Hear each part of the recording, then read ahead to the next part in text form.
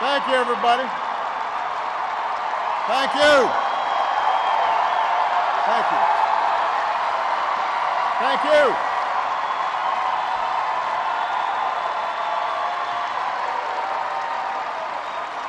Thank you so much. Thank you. Thank you. Thank you. It's good to be home. Thank you. Thank you. Thank you.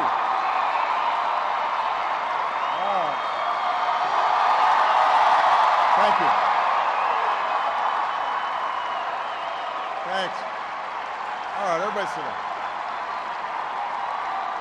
We're on live TV here. I gotta move. Come on.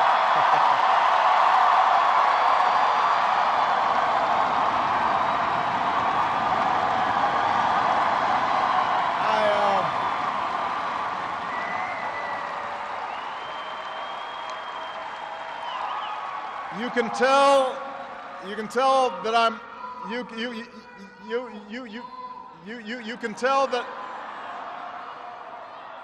can tell that I'm a lame duck because nobody's following instructions. Everybody have a seat.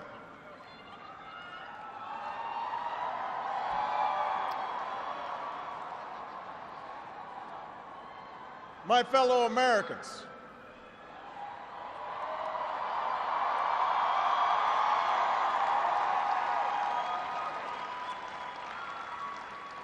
Michelle and I have been so touched by all the well wishes that we've received over the past few weeks. But tonight it's my turn to say thanks. Whether we have seen eye to eye or rarely agreed at all, my conversations with you, the American people, in living rooms and in schools, at farms, on factory floors, at diners, and on distant military outposts. Those conversations are what have kept me honest and kept me inspired and kept me going. And every day I have learned from you. You made me a better president, and you made me a better man. So I first came to Chicago when I was in my early 20s, and I was still trying to figure out who I was, still searching for a purpose in my life. And it was the neighborhood not far from here where I began working with church groups in the shadows of closed steel mills. It was on these streets where I witnessed the power of faith and the quiet dignity of working people in the face of struggle and loss. I can't do that.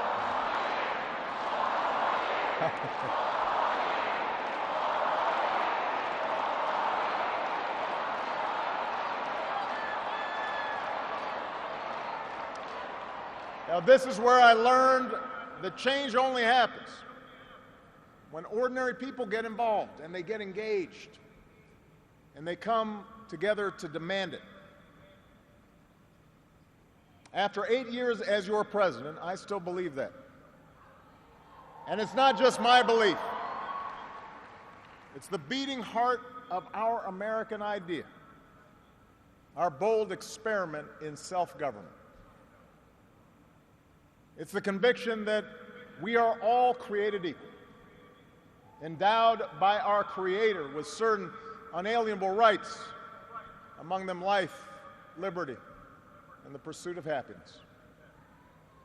It's the insistence that these rights, while self-evident, have never been self-executing.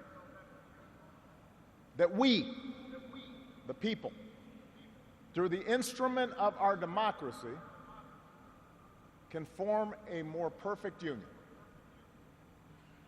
What a radical idea. The great gift that our founders gave to us. The freedom to chase our individual dreams through our sweat and toil and imagination, and the imperative to strive together as well to achieve a common good, a greater good. For 240 years, our nation's call to citizenship has given work and purpose to each new generation. It's what led patriots to choose republic over tyranny, pioneers to trek west, slaves to brave that makeshift railroad to freedom. It's what pulled immigrants and refugees across oceans and the Rio Grande. It's what pushed women to reach for the ballot. It's what powered workers to organize. It's why GIs gave their lives at Omaha Beach, in Iwo Jima, Iraq, and Afghanistan. And why men and women from Selma to Stonewall were prepared to give theirs as well. So that's what we mean when we say America's exceptional. Not that our nation's been flawless from the start, but that we have shown the capacity to change and make life better for those who follow. Yes, our progress has been uneven. The work of democracy has always been hard. It's always been contentious. Sometimes it's been bloody. For every 2 steps forward, it often feels we take 1 step back. But the long sweep of America has been defined by forward motion, a constant widening of our founding creed to embrace all, and not just some.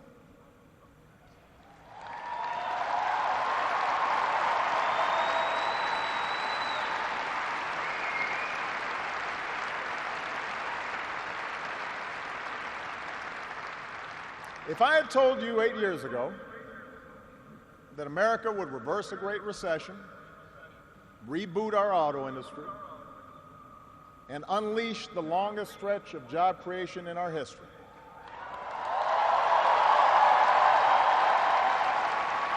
if I had told you that we would open up a new chapter with the Cuban people, shut down Iran's nuclear weapons program without firing a shot, take out the mastermind of 9/11.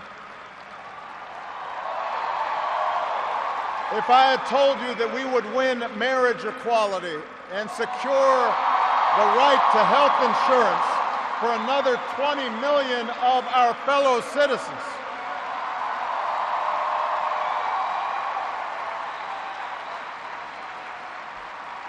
if I had told you all that, you might have said, our sights were set a little too high. But that's what we did. That's what you did. You were the change. You answered people's hopes, and because of you, by almost every measure, America is a better, stronger place than it was when we started.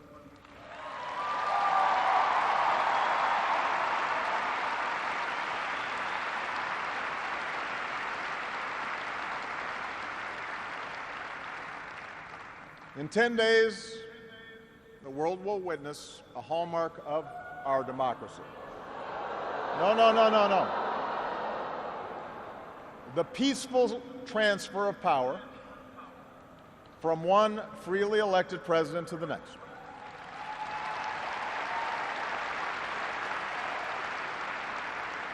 I committed to President-elect Trump that my administration would ensure the smoothest possible transition, just as President Bush did for me. Because it's up to all of us to make sure our government can help us meet the many challenges we still face. We have what we need to do so. We have everything we need to meet those challenges. After all, we remain the wealthiest, most powerful, and most respected nation on earth. Our youth our drive, our diversity and openness, our boundless capacity for risk and reinvention means that the future should be ours. But that potential will only be realized if our democracy works. Only if our politics better reflects the decency of our people. Only if all of us, regardless of party affiliation or particular interests, help restore the sense of common purpose that we so badly need right now. And that's what I want to focus on tonight, the state of our democracy. Understand, democracy does not require uniformity. Our founders argued, they quarreled, eventually they compromised. They expected us to do the same.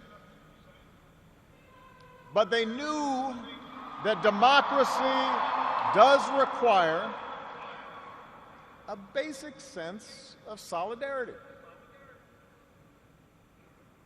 The idea that for all our outward differences, we're all in this together, that we rise or fall as one.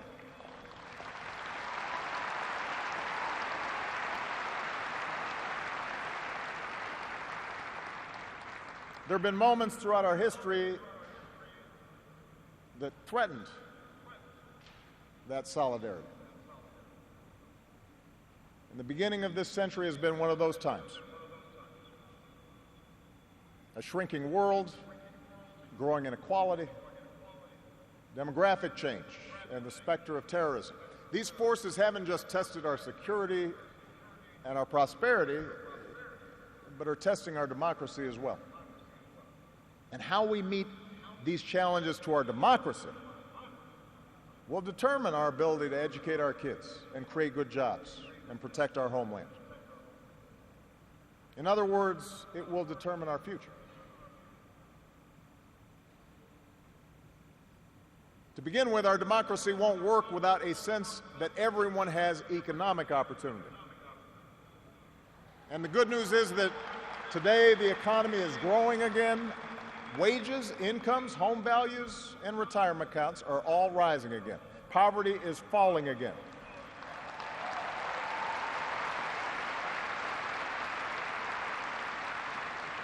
The wealthy are paying a fair share of taxes, even as the stock market shatters records. The unemployment rate is near a 10-year low. The uninsured rate has never, ever been lower.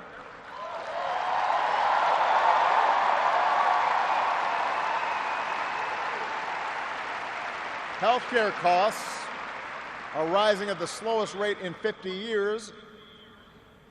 And I've said, and I mean it, if anyone can put together a plan that is demonstrably better than the improvements we've made to our healthcare system that covers as many people at less cost, I will publicly support it.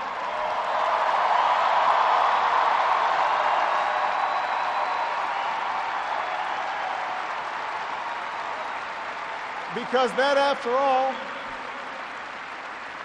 is why we serve. Not to score points or take credit, but to make people's lives better. But for all the real progress that we've made, we know it's not enough. Our economy doesn't work as well or grow as fast when a few prosper at the expense of a growing middle class and ladders for folks who want to get into the middle class. That's the economic argument, but stark inequality is also corrosive to our democratic idea. While the top 1% has amassed a bigger share of wealth and income, too many of our families in inner cities and in rural counties have been left behind. The laid-off factory worker, the waitress or healthcare worker who's just barely getting by and struggling to pay the bills, convinced that the game is fixed against them, that their government only serves the interests of the powerful. That's a recipe for more cynicism, and polarization in our politics. Now, there are no quick fixes to this long-term trend. I agree, our trade should be fair and not just free. But the next wave of economic dislocations won't come from overseas. It will come from the relentless pace of automation that makes a lot of good middle-class jobs obsolete. And so we're going to have to forge a new social compact to guarantee all our kids the education they need, to give workers the power to unionize for better wages, to update the social safety net to reflect the way we live now, and make more reforms to the tax code so corporations and individuals who reap the most from this new economy don't avoid their obligations to the country that's made their very success possible.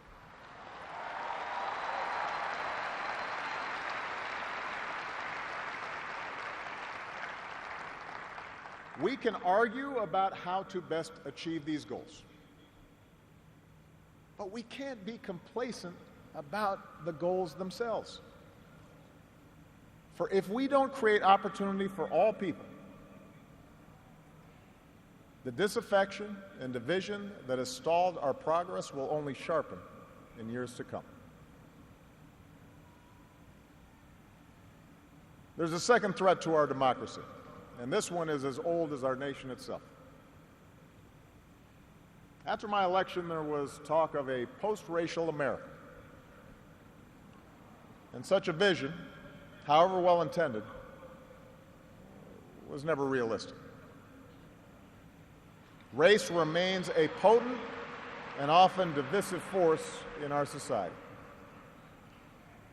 Now, I've lived long enough to know that race relations are better than they were 10 or 20 or 30 years ago, no matter what some folks say. You can see it not just in statistics, you see it in the attitudes of young Americans across the political spectrum. But we're not where we need to be. And all of us have more work to do. If every economic issue is framed as a struggle between a hardworking white middle class and an undeserving minority, then workers of all shades are going to be left fighting for scraps while the wealthy withdraw further into their private enclaves.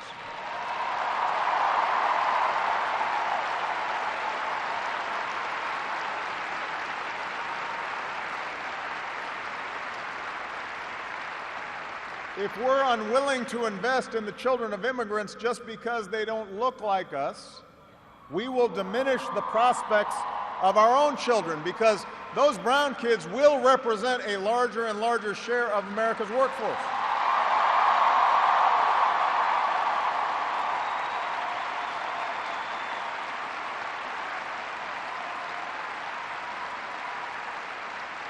And we have shown that our economy doesn't have to be a zero-sum game. Last year, incomes rose for all races, all age groups, for men and for women. So if we're going to be serious about race going forward, we need to uphold laws against discrimination in hiring and in housing and in education and in the criminal justice system. That is what our Constitution and our highest ideals require.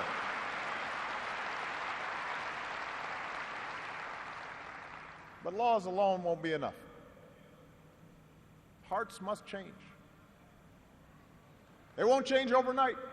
Social attitudes oftentimes take generations to change. But if our democracy is to work the way it should in this increasingly diverse nation, then each one of us need to try to heed the advice of a great character in American fiction, Atticus Finch, who said, "You never really understand a person until you consider things from his point of view, until you climb into his skin and walk around in it." For blacks and other minority groups, that means tying our own very real struggles for justice to the challenges that a lot of people in this country face. not only the refugee or the immigrant or the rural poor or the transgender American, but also the middle-aged white guy who, from the outside, may seem like he's got advantages, but has seen his world upended by economic and cultural and technological change. We have to pay attention and listen.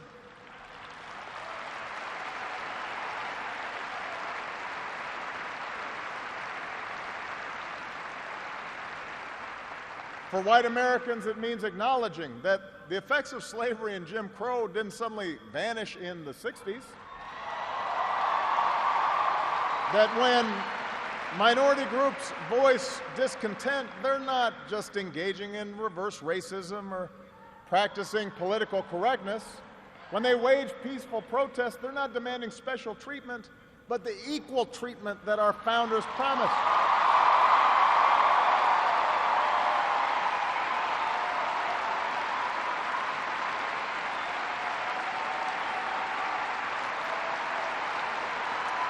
For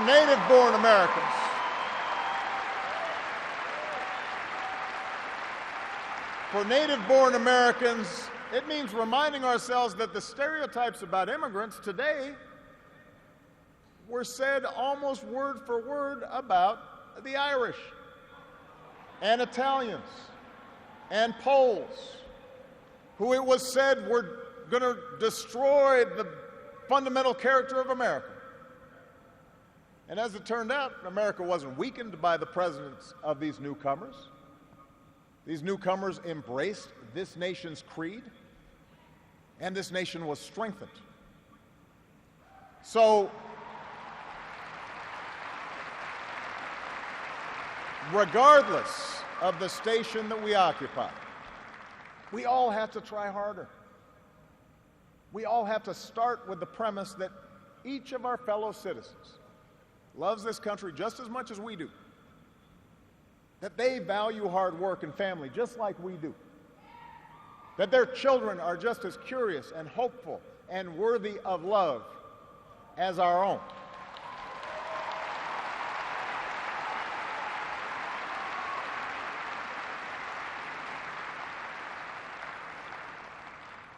And that's not easy to do. For too many of us, it's become safer to retreat into our own bubbles, whether in our neighborhoods or on college campuses or places of worship, or especially our social media feeds. Surrounded by people who look like us and share the same political outlook and never challenge our assumptions. And the rise of naked partisanship and increasing economic and regional stratification, the splintering of our media into a channel for every taste, all this makes this great sorting seem natural, even inevitable. And increasingly, we become so secure in our bubbles that we start accepting only information, whether it's true or not, that fits our opinions, instead of basing our opinions on the evidence that is out there.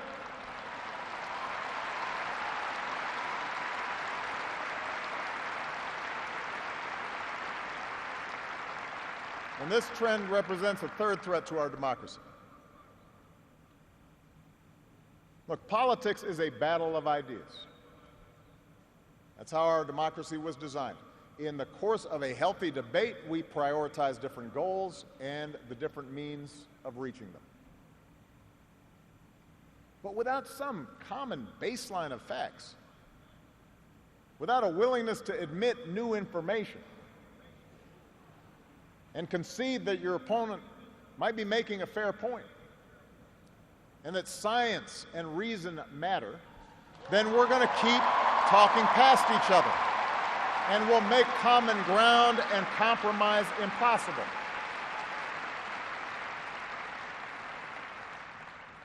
And isn't that part of what so often makes politics dispiriting?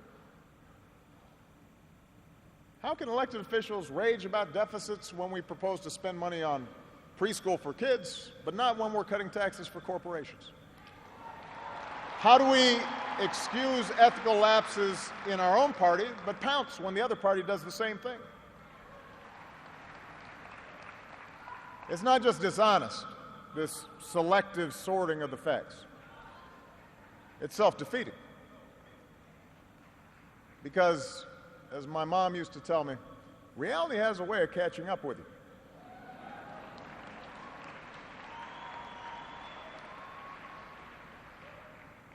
Take the challenge of climate change. In just 8 years, we've halved our dependence on foreign oil. We've doubled our renewable energy. We've led the world to an agreement that has the promise to save this planet.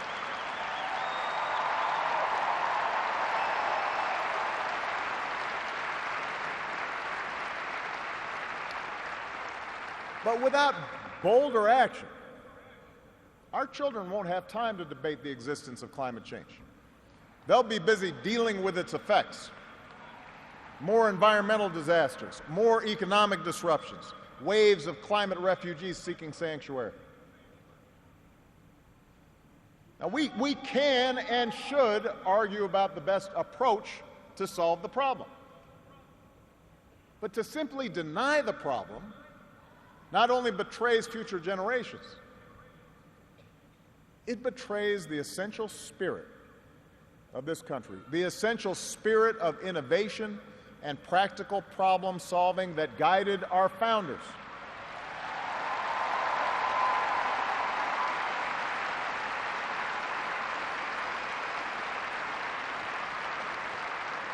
It is that spirit born of the Enlightenment that made us an economic powerhouse. The spirit that took flight at Kitty Hawk and Cape Canaveral. The spirit that cures disease and put a computer in every pocket. It's that spirit, a faith in reason and enterprise, and the primacy of right over might that allowed us to resist the lure of fascism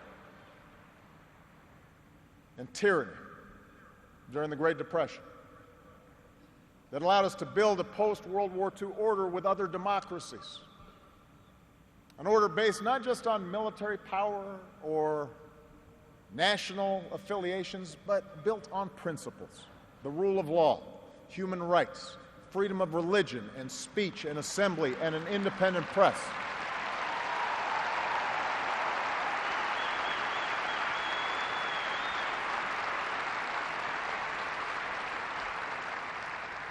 That order is now being challenged. First, by violent fanatics who claim to speak for Islam. More recently, by autocrats in foreign capitals who see free markets and open democracies and civil society itself as a threat to their power. The peril each poses to our democracy is more far-reaching than a car bomb or a missile. They represent the fear of change, the fear of people who look or speak or pray differently, a contempt for the rule of law that holds leaders accountable, an intolerance of dissent and free thought, a belief that the sword or the gun or the bomb or the propaganda machine is the ultimate arbiter of what's true and what's right.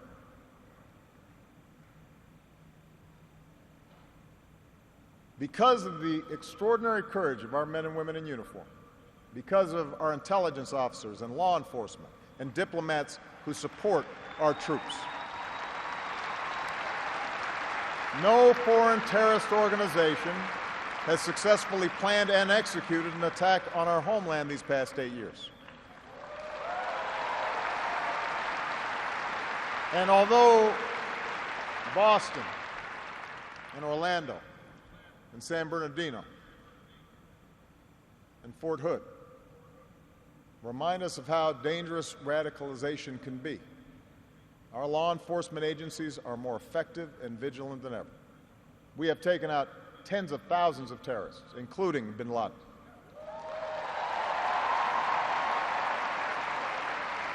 The global coalition we're leading against ISIL has taken out their leaders. and taken away about half their territory. ISIL will be destroyed, and no one who threatens America will ever be safe. And to all who serve or have served, it has been the honor of my lifetime to be your commander-in-chief. And we all owe you a deep debt of gratitude.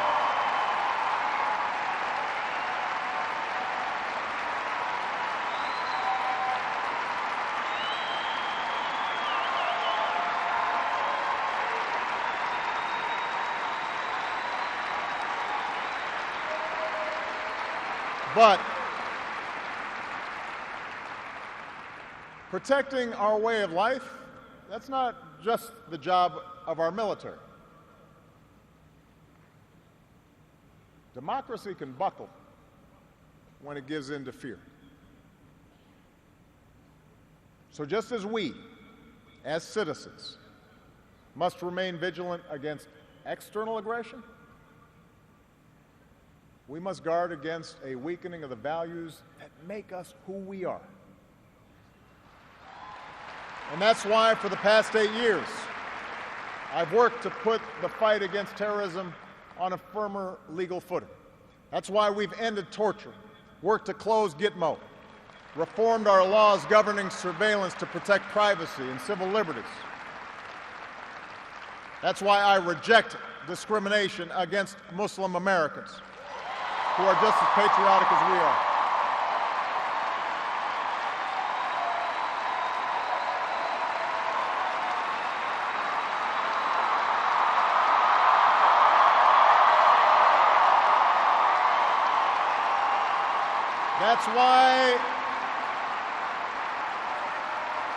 That's why we cannot withdraw.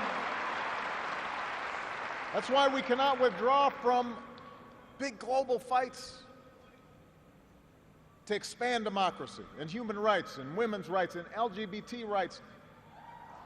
No matter how imperfect our efforts, no matter how expedient ignoring such values may seem, that's part of defending America. For the fight against extremism and intolerance and sectarianism and chauvinism are of a piece with the fight against authoritarianism and nationalist aggression.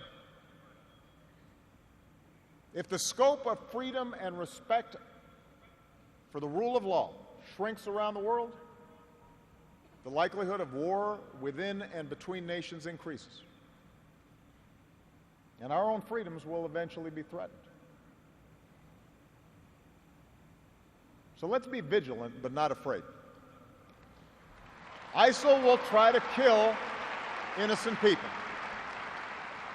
but they cannot defeat America unless we betray our Constitution and our principles in the fight.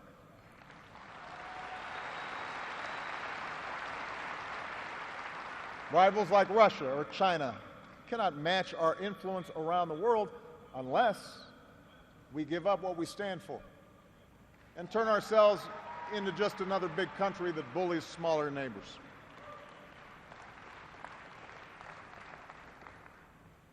Which brings me to my final point.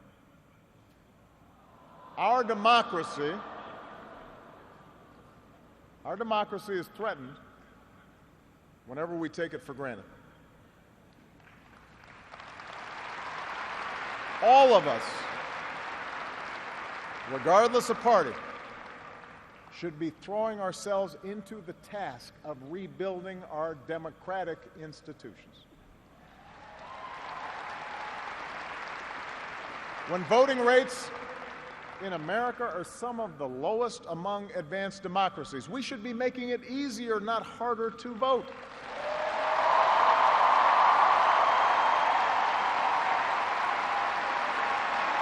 When trust in our institutions is low,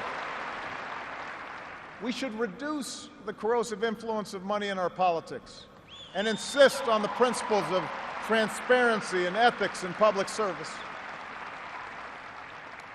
When Congress is dysfunctional, We should draw our congressional districts to encourage politicians to cater to common sense and not rigid extremes.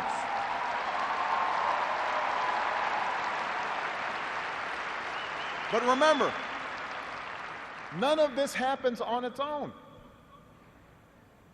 All of this depends on our participation, on each of us accepting the responsibility of citizenship, regardless of which way the pendulum of power happens to be swinging. Our Constitution is a remarkable, beautiful gift. But it's really just a piece of parchment. It has no power on its own. We, the people, give it power. We, the people, give it meaning with our participation and with the choices that we make and the alliances that we forge, whether or not we stand up for our freedoms, whether or not we respect and enforce the rule of law. That's up to us. America's no fragile thing, but the gains of our long journey to freedom are not assured. In his own farewell address, George Washington wrote that self-government is the underpinning of our safety, prosperity, and liberty. But from different causes and from different quarters, much pains will be taken to weaken in your minds the conviction of this truth. And so we have to preserve this truth with jealous anxiety that we should reject the first dawning of every attempt to alienate any portion of our country from the rest, or to enfeeble the sacred ties that make us one.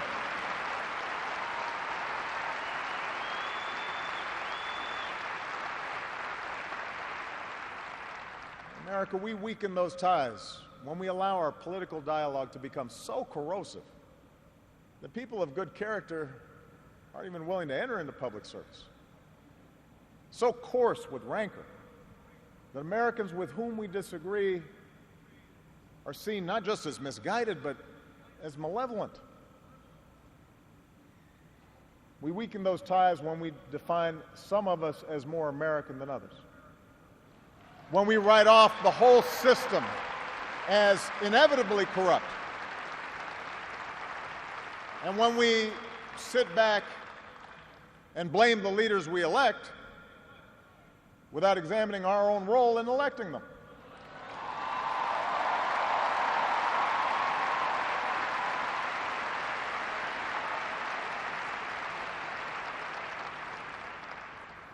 It falls to each of us to be those anxious, jealous guardians of our democracy, to embrace the joyous task we've been given, to continually try to improve this great nation of ours. Because for all our outward differences, we in fact all share the same proud title, the most important office in a democracy: citizen. Citizen.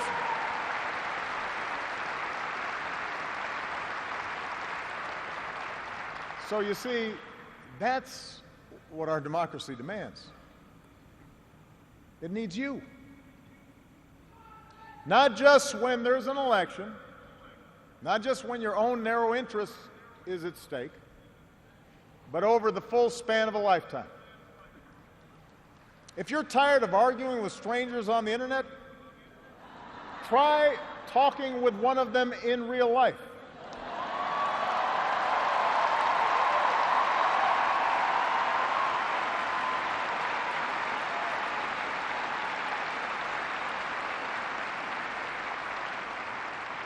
If something needs fixing, then lace up your shoes and do some organizing.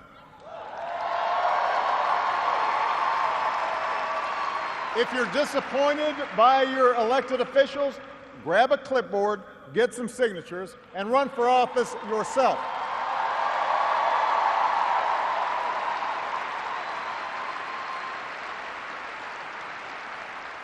Show up. Dive in. Stay at it. Sometimes you'll win. Sometimes you'll lose. Presuming a reservoir of goodness in other people, that can be a risk. And there will be times when the process will disappoint you. But for those of us fortunate enough to have been part of this work and to see it up close, let me tell you, it can energize and inspire. And more often than not, your faith in America and in Americans will be confirmed. Mine sure has been. Over the course of these 8 years, I've seen the hopeful faces of young graduates and our newest military officers. I have mourned with grieving families, searching for answers, and found grace in Charleston Church. I've seen our scientists help a paralyzed man regain his sense of touch. I've seen wounded warriors who at points were given up for dead walk again. I've seen our doctors and volunteers rebuild after earthquakes and stop pandemics in their tracks. I've seen the youngest of children remind us through their actions and through their generosity of our obligations to care for refugees or work for peace. And above all, to look out for each other.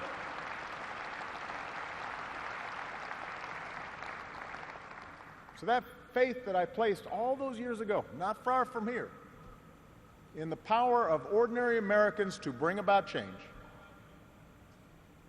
that faith has been rewarded in ways I could not have possibly imagined. And I hope your faith has too. Some of you here tonight or watching at home, you were there with us in 2004, in 2008, 2012.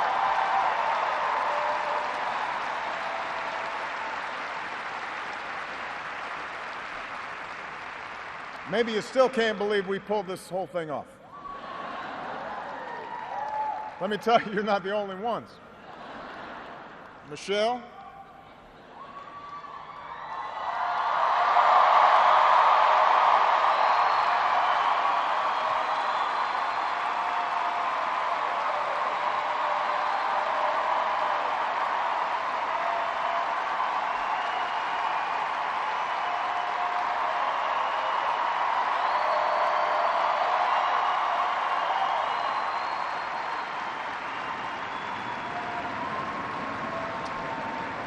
Michelle LaVaughn Robinson, girl of the South Side.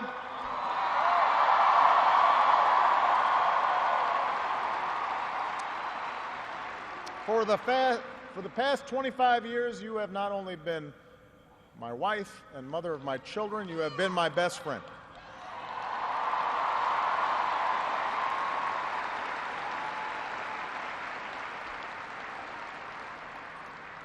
You took on a role you didn't ask for, and you made it your own, with grace and with grit and with style and good humor.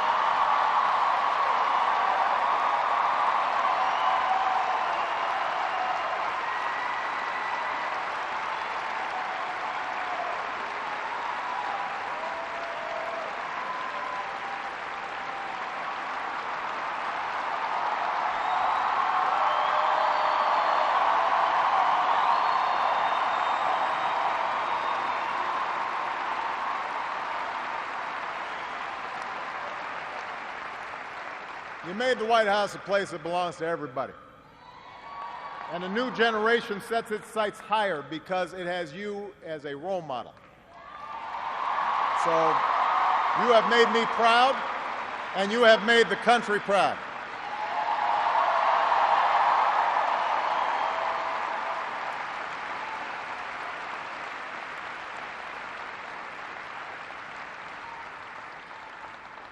Malia, and Sasha, under the strangest of circumstances, you have become two amazing young women. You are smart and you are beautiful, but more importantly, you are kind and you are thoughtful and you are full of passion. And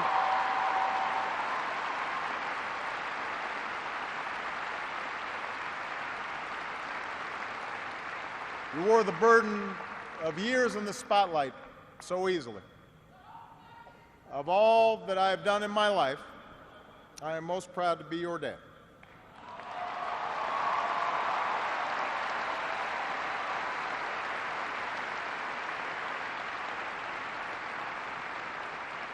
To Joe Biden,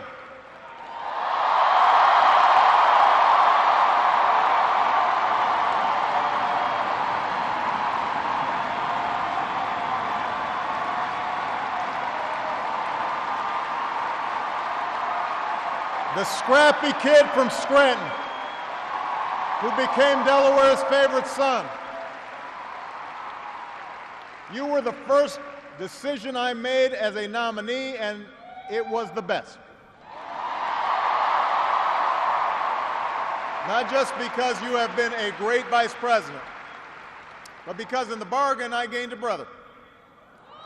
And we love you and Jill like family, and your friendship has been one of the great joys of our lives.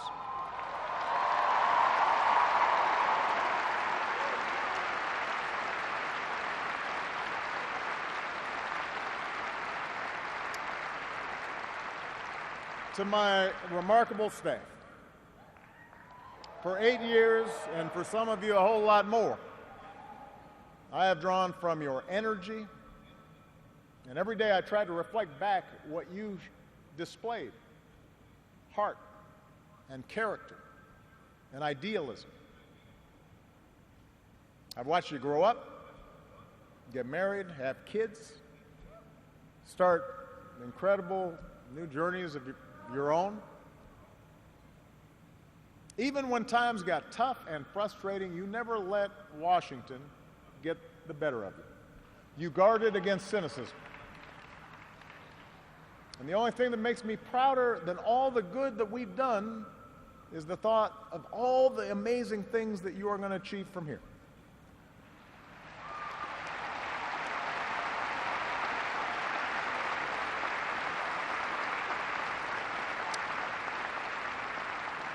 And to all of you out there, every organizer who moved to an unfamiliar town, every kind family who welcomed them in, every volunteer who knocked on doors, every young person who cast a ballot for the first time, every American who lived and breathed the hard work of change, you are the best supporters and organizers anybody could ever hope for, and I will be forever grateful. Because you did change the world. You did. And that's why I leave this stage tonight even more optimistic about this country than when we started. Because I know our work has not only helped so many Americans, it has inspired so many Americans, especially so many young people out there, to believe that you can make a difference, to hitch your wagon to something bigger than yourselves. Let me tell you, this generation coming up, unselfish, altruistic, creative, patriotic, I've seen you in every corner of the country. You believe in a fair and just and inclusive America. You know that constant change has been America's hallmark, that it's not something to fear, but something to embrace. You are willing to carry this hard work of democracy forward. You'll soon outnumber all of us, and I believe as a result, the future is in good hands.